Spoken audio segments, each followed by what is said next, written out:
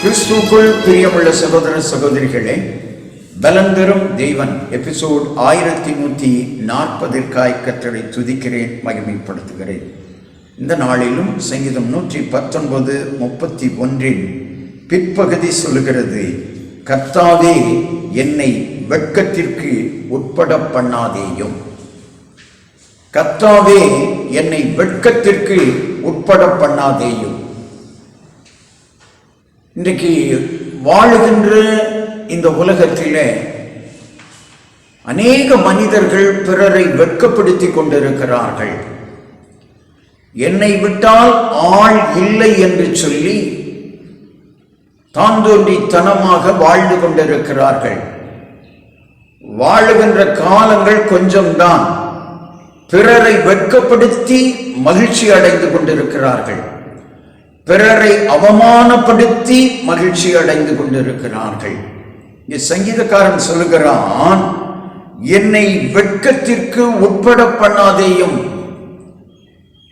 நீர் எனக்கு துணை நிற்பீரானால் மனிதர்கள் என்னை வெட்கப்படுத்த முடியாது. நீர் எனக்கு உதவியாய் இருப்பீரானால் மனிதர்களால் நான் வெட்கப்பட மாட்டேன். அல்லேலூயா. ஆண்டவர் சொன்னார் யோபில் 2:26-27 என் ஜனங்கள் ஒருபோதும் வெட்கப்பட்டு போவதில்லை. அவர் வெட்கப்படுத்துகிற தேவன் அல்ல, பயமுறுத்துகிற தேவன் அல்ல.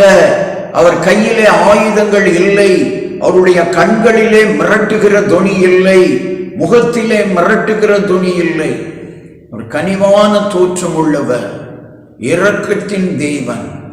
எனவே உங்களை வெட்கப்படுத்த மாட்டார். இந்த உலகத்திலே வாழுகிற பொழுது வெட்கத்தோடு வாழ்ந்து கொண்டிருக்கிற மகனே, மகளே, சகோதரனே, சகோதரியே, யார் மூலம் நீ வெட்கப்படுத்தப்பட்டிருந்தாலும் இன்றைக்கு அந்த வெட்கத்தை கர்த்தர் மாற்றுகிறார். கண்களை மூடி ஜெபிக்கலாம். எங்களை நேசிக்கிற நல்ல தகப்பனே, ஹல்லேலூயா. சங்கீதக்காரன் சொன்னதை போல வெட்கப்பட்டு போக பண்ணாதேயும் என்று சொல்லி ஜெபித்தான். வெட்கத்திற்கு உட்படுத்த கூடாது என்று சொல்லி ஜெபித்தான்.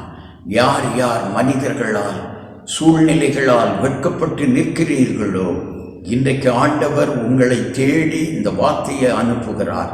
நீ வெட்கப்பட மாட்டாய், நீ மகிழ்ச்சி அடைவாய். ஹல்லேலூயா. எந்த இடத்திலே வெட்கப்படுத்தப்பட்டாயோ அதே இடத்திலே கர்த்தர் உன்னை உயர்த்துவார். அதே இடத்திலே தேவன் உன்னை கனம் பண்ணுவார். அதே இடத்திலே தேவன் உன்னை மகிழ்ச்சியாக வைப்பார். இயேசுவின் நாமத்தில் ஜெபிக்கிறேன் பிதாவே. ஆமென், ஆமென்.